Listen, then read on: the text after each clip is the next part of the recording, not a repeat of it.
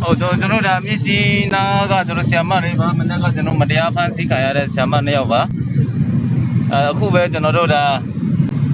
ဝန်ခံကလေးနဲ့ရန်လွတ်ပေးခဲ့တာပေါ့နော်ဒါကျွန်တော် PCG တို့ရှေ့နေများအသင်းကနေတွားပြီးတော့ကူညီပြီးမှအခုလွတ်လာခဲ့တာဖြစ်ပါတယ်အားလုံးစိတ်မပူကြပါနဲ့တော့တိုင်းရထိခိုက်တိုင်းရတော့ရှိပါတယ်နာမတုတ်တွေနဲ့ရိုက်ထားတာတွေလက်တွေနဲ့နာတကူလုံးလိုက်ရိုက်ထားတာဖြစ်ပါတယ်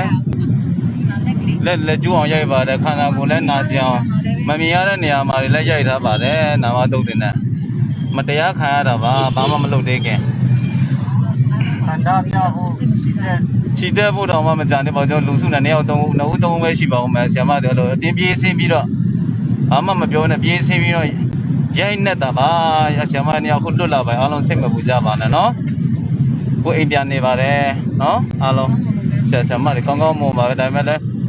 တန်ရာတွေတော့ရရှိတော့ပါတယ်ဆရာမတွေမတရားရိုက်ခံရတာပဲဖြစ်ပါတယ်ဘယ်လောက်ဆိုရပါပြီ